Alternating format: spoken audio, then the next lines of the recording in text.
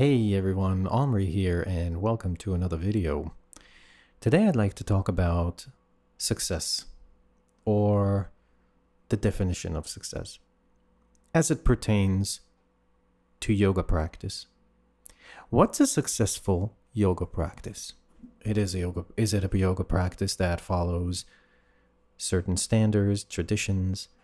Is it a practice that addresses what you have going on in your body?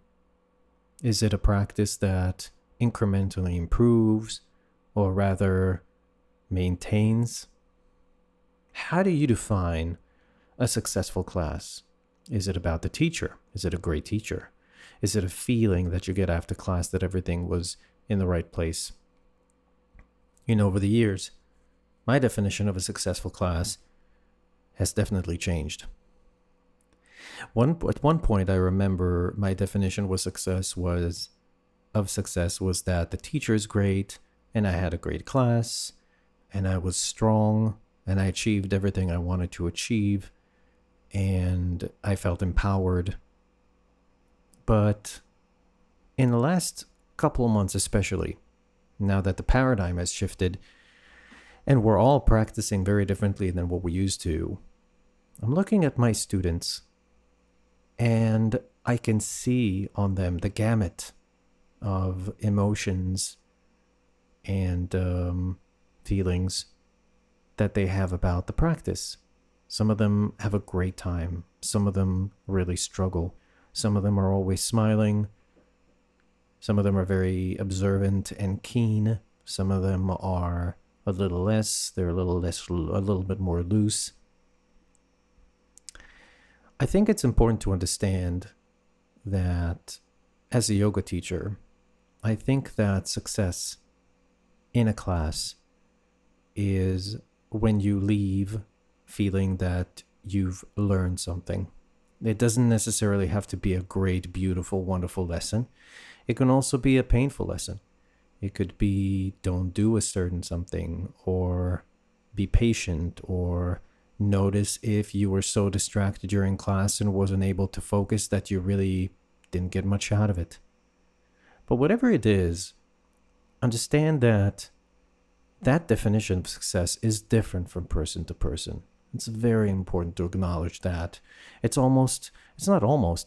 respecting other people's perception and benefits and what the practice means to them. When people bring new students to my class, it always makes me laugh that they tell me, be gentle with them, or, they've never done anything before, so, see if you can be a little bit more this or that. No experience is going to be defined by one instance. Not for me, and it shouldn't for you. Unless it's something extremely wrong and traumatic and obviously not good for you. I've gone to many classes where I didn't like the teacher, or I felt I got nothing done. But then in retrospect, looking back, I realized that a lot has been learned just by showing up, just by accepting that you don't really see everything, you don't feel everything, you don't know everything. Keep an open mind. As a teacher, my job is to guide you towards the spaces and the places where I believe you can grow, both as a person and as a yogi. And success, it changes. When you're young, success might mean money. When you're older, it might mean quiet and a house by the beach. Anything that you want to define it by. But remember, yoga class is extremely subjective. Give yourself the time and the space to really enjoy and feel immersed and be grateful. I think that's the key word here. Be grateful for the fact that you can do it, that you can challenge yourself, that you can express yourself, and that you have the luxury to take a yoga class and then think about, it was great, it wasn't so great. I've had many students come to class that had a not that great practice and became amazing at it.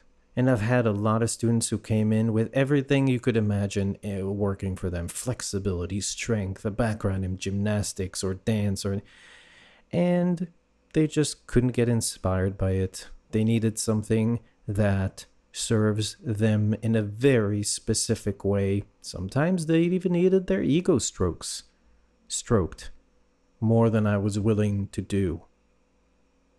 I love that raw wanting to improve.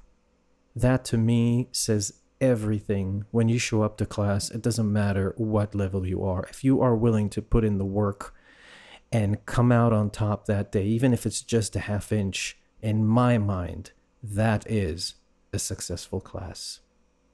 See you tomorrow.